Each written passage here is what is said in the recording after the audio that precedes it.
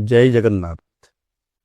प्रिय भाई और भौणी माने भारत सरकार गृह मंत्रालयर ओडिशा स्थित जनगणना निर्देशालय एवं ओडिशा सरकार राजस्व और विपर्यय परिचालना विभाग समन्वय जनगणना कार्यक्रम शुभारंभ होईछि।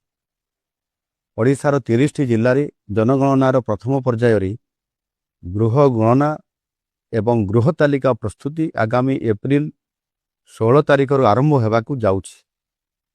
यही कार्यक्रम रे एप्रिल 16 तारिख रु मे 15 तारिख पर्यंत तालीम प्राप्त गणनाकारी और सुपरभाइजर माने घर को घर बुली तथ्य संग्रह करिवे। यह पूर्व अप्रैल 1 तारिख रु अप्रैल 15 तारिख मध्यरात्रि पर्यंत स्व जनगणना कार्यक्रम जारी रहिछि।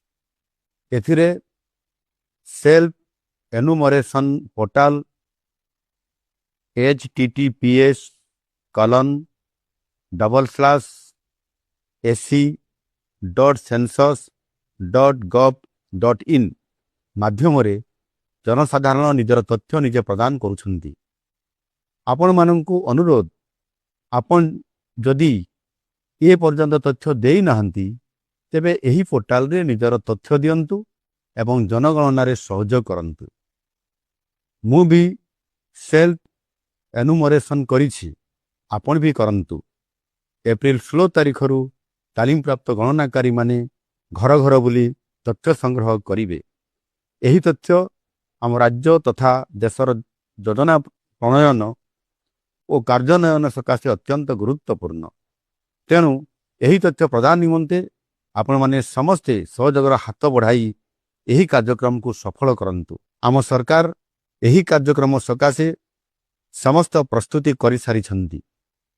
गणनाकारी आपण घर को जो समय तथ्य संग्रह करिवा पई जिबे तांकु सठिक तथ्य प्रदान करी आम राज्य तथा देशर विकास रे सहायता करंतु। ओडिशा सरकार पक्षरु एही जातीय कार्यक्रम सफलता सकाशे आपण आंतरिक योगदान निमंते मु अनुरोध करुछि। वंदे उत्कल जननी, वंदे मातरम, जय हिंद।